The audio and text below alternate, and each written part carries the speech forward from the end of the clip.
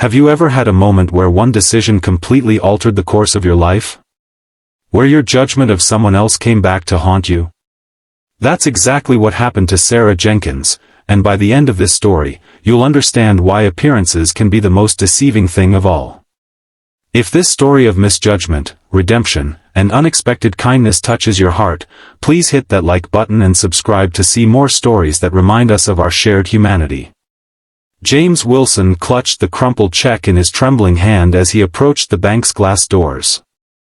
$10 million. The amount still didn't seem real. After years of struggling to make ends meet, working 3 jobs while raising his daughter alone, the patent for his energy-efficient water filtration system had finally sold. This check represented everything: his daughter's college fund, a real home instead of their one-bedroom apartment, and maybe, just maybe, enough time to finally be the father he'd always wanted to be. His reflection in the bank's polished doors made him wince.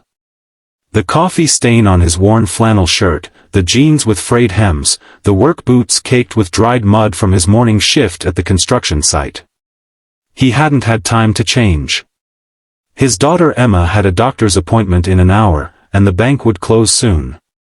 He needed to deposit this check today. Sarah Jenkins sat at her desk, perfectly poised in her tailored suit, her auburn hair pulled back in a tight bun. At 35, she was the youngest branch manager in the bank's history, a position she'd fought for with unwavering determination. Her desk was immaculate, every pen aligned, every paper in its proper folder. Control and order, these were the principles that had guided her from her childhood in foster care to her corner office with a view. When the scruffy man approached her desk, Sarah's first instinct was to direct him to one of the tellers. But it was late Friday afternoon, and most of her staff had already left. The man shifted uncomfortably, avoiding eye contact. "I need to deposit this," he said quietly, sliding a folded check across her desk. Sarah picked it up with manicured fingers, unfolding it with practiced precision. Then she saw the amount. $10 million.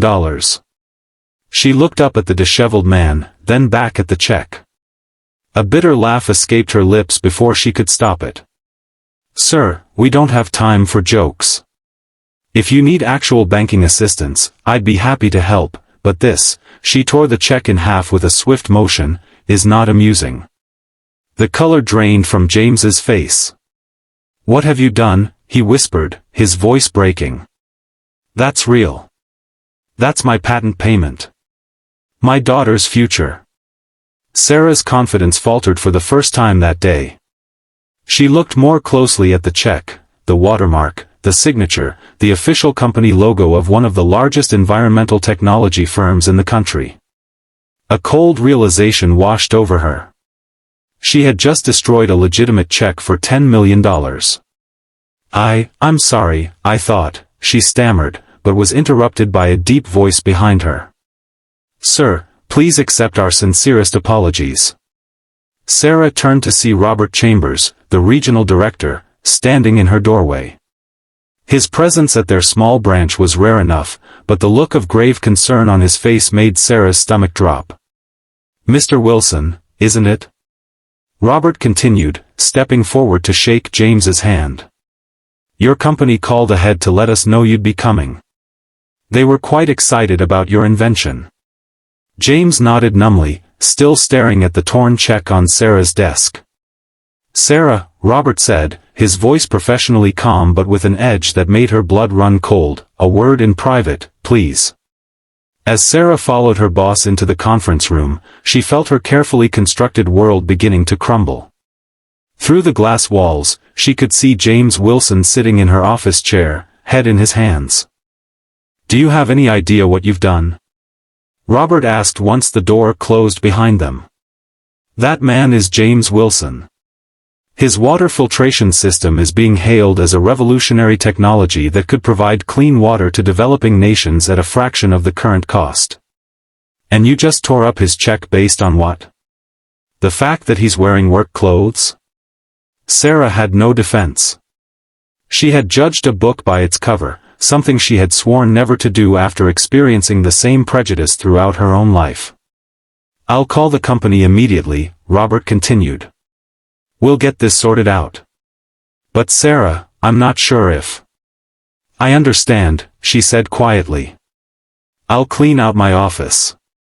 Robert's expression softened slightly. Let's deal with Mr. Wilson first. Then we'll discuss your future with the bank. When they returned to Sarah's office, James was on the phone, his voice tight with stress. I know, Emma. I promised we'd look at apartments this weekend, but there's been a complication. No, sweetheart, everything will be okay. Daddy just needs to sort something out. As he hung up, Sarah saw the weight of responsibility on his shoulders, a weight she had just made infinitely heavier. Mr. Wilson, Robert began, we can contact the issuing company immediately and have a new check sent. However, that could take several days. In the meantime. Several days? James interrupted, his composure finally breaking. I have appointments with realtors, with schools. My daughter has been waiting for years for a room of her own. I promised her. His voice cracked, and he looked away, embarrassed by his emotion. Sarah felt something shift inside her. Without thinking, she spoke up. Sir, what if we provide you with a temporary credit line against the incoming funds? You could access what you need immediately, and once the new check arrives, we'll settle the account. Robert looked at her with surprise, then nodded slowly. That's actually an excellent solution. We could have it set up within the hour. For the first time, James looked directly at Sarah, his eyes revealing not anger, but exhaustion and cautious hope. You would do that? It's the least I can do, she replied, meaning it more than she had meant anything in a long time. As Robert left to make the necessary arrangements, an uncomfortable silence fell between Sarah and James. I'm truly sorry, she finally said. I made an assumption about you that was unfair and unprofessional. James studied her for a moment. You know, before my wife died, I was a financial analyst. Wore a suit every day, had the corner office. He gestured to his worn clothes. After she was gone, I had to make choices. Time with Emma or time at the office. It wasn't much of a choice, really. Sarah felt the shame deepen. I of all people should know better than to judge someone by their appearance. What do you mean? James asked. Sarah hesitated, then decided honesty was the least she owed him. I grew up in foster care. People took one look at me and saw, troubled kid. I had to work twice as hard to prove them wrong. And then today, I did exactly the same thing to you. Something in James's expression changed. My daughter and I lived in a shelter for 6 months after my wife died, he said quietly. I know what it's like to be seen as less than you are. In that moment, a fragile understanding formed between them. Two people who had faced different struggles but shared the experience of being misjudged. When Robert returned with the paperwork, James signed where indicated, his future once again secure.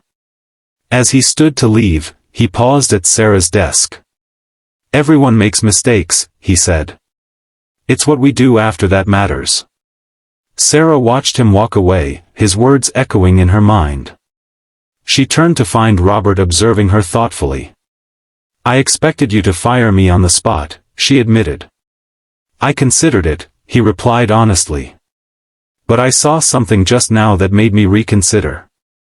You owned your mistake and found a solution. That's rare, Sarah. So what happens now? Robert sighed. There will be consequences. A formal reprimand, certainly. But I'm not firing you today. Relief washed over her, followed quickly by determination. Thank you. I won't let you down again. I know you won't, Robert said. And Sarah? There's something else you should know about Mr. Wilson. What's that? He's joining our board of directors next month. His company is establishing a foundation to bring clean water technology to underserved communities, and they're partnering with our bank for the financial infrastructure. Sarah felt the blood drain from her face. He's going to be on our board? Robert nodded. Life has a funny way of bringing people back into our paths, doesn't it? In the weeks that followed, Sarah threw herself into her work with renewed purpose. The formal reprimand stung, but she accepted it gracefully. She implemented new training for her staff about unconscious bias and made a point of getting to know every customer who walked through their doors, regardless of appearance. And then, 1 month later, James Wilson walked back into the bank. This time, he wore a suit, though his tie was slightly crooked. Sarah recognized him immediately and felt her heart race with anxiety. "Mr. Wilson," she greeted him, standing from her desk. "Welcome back." He smiled, the warmth reaching his eyes. "Please, call me James. I understand we'll be working together." "About that," Sarah began, "I want to apologize again for..." James held up a hand to stop her. "I've been thinking about that day a lot, actually. About how quickly you found a solution, how you owned your mistake." He paused. "The foundation I'm establishing needs someone who understands both banking and the importance of looking beyond appearances. Someone who's learned from their mistakes." Sarah stared at him, not comprehending. "What are you saying?" "I'm offering you a position as the foundation's financial director. It would mean leaving the bank, but I think your skills could be better used helping people who, like both of us once were, are often overlooked." The offer stunned her into silence. This man, whose check she had torn up, whose dignity she had wounded, was offering her a chance at redemption, at meaningful work. "Why would you trust me after what I did?" she finally asked. James smiled. "Because you reminded me of something important that day. We all deserve second chances." 2 years later, the Wilson Clean Water Foundation had provided sustainable water systems to over 50 communities across 3 continents.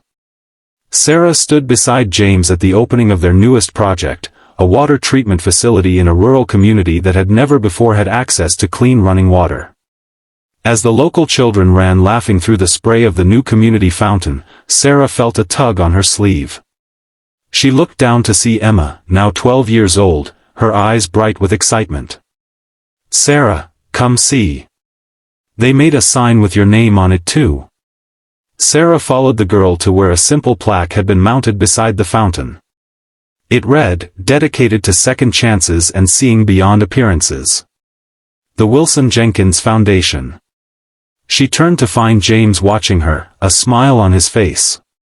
"Surprise," he said. "I thought it was time the foundation's name reflected both its leaders." Sarah felt tears spring to her eyes.